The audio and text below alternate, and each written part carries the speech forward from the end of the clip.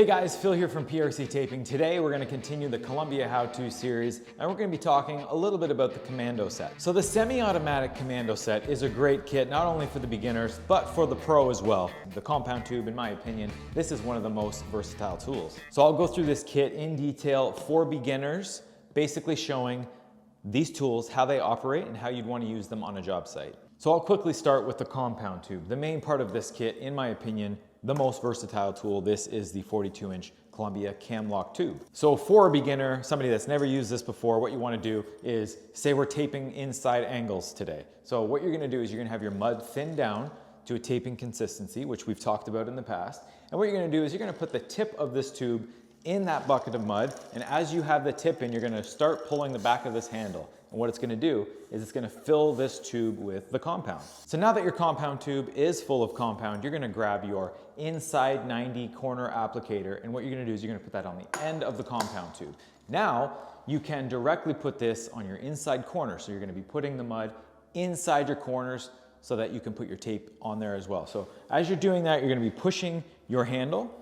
And as you're pushing your handle, you're going to be actually pulling with this as you're pushing with this. So it's kind of one motion. As you're going up the angle, you're going to be pulling and pushing at the same time. So then eventually your tube will be empty and you'll have to refill it for your next set of angles. So now that you've applied the compound to the inside of the angles with your compound tube, you're going to do the next step and you're going to put your paper tape on the inside of that corner. You're going to set that in place, and now you're going to embed that with a corner roller. So I have a corner roller here with a 3 to 5 foot extendable handle. And you're going to set this to your desired height. If it's 8-foot ceilings, you're going to leave it like this. If you have taller ceilings, you're going to just extend this out so that you can reach and properly embed that tape. So what this does is you have wheels on the inside here. And what that does is that's going to push the tape into the wall and embed that tape directly into the corner, pushing the mud away from the inside of the tape, leaving some mud behind because you want to leave mud to embed that. But you're also pushing that mud out. What you want to make sure is that you're embedding that properly for the next step. So when you're done using the inside corner roller, you can either set it aside onto a wall or put it in a bucket of water, your preference. I normally just set it on the wall because I'm doing lots of angles at a time. I don't like to get it too wet. So I'll just leave the mud that's on there against the wall or near the corner that I'm working on, and then I'll continue on to the next angles. So now your next step is going to be using the 3-inch flusher. Now I have a 3-inch standard flusher here with a 3 to 5 foot handle as well. Again, leaving your handle in the position that you are comfortable with. Say you're doing a stand-up, you're going to start from the bottom and you're going to put this side down.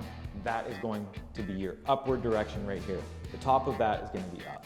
So as you're pushing this against the wall, you're going to want to keep pushing this towards the corner, because this flusher actually bends as you push. So you want to make sure you're pushing that nice and tight into the corner to even out the mud that the corner roller left. So you may have to run that just a couple times just to fill that inside angle to hide that tape properly. So now that you're done running your flusher, what you're going to do is you're going to grab your 5 or 6-inch knife, whichever you prefer, and you're just going to clean the starts and the stops, the bottoms and the tops, where that flusher started and where it stopped.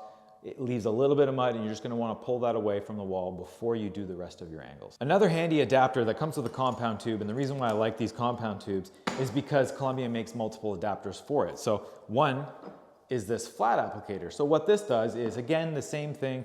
You're going to fill this with compound, attach your flat applicator. So this is now going to be doing your flats and your butt joints. And what you do is the same thing. You're going to run this along the wall, and that's going to fill your bevel for you. So you're going to put that onto the wall. It's going to fill the bevel the same pushing method as you were doing on the angle. So you can do your butts and you can do your flats. After that step, you're going to also set that aside. Then you'll place your tape on your butt joints first. You're going to wipe those. Then you're going to do your flats. After you do that step, you're going to wipe that nicely with a 6-inch or an 8-inch knife, whichever you prefer. But that is the other adapter that comes with it so that you can tape flats and butt joints. So your first step is to run your butt joints with your flat applicator, and then you're going to do your flat joints with the flat applicator. Then you're going to move to your inside angles. So remember, you always want to start with your butts, flats, end on angles, because the angles really tie in your flats and your butts. So that's a quick little overview of this kit with a few little tips and tricks along the way.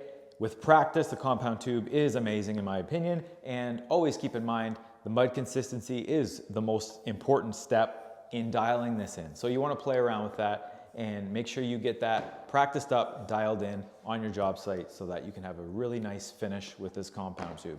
Thanks for checking out this video. See you on the next one.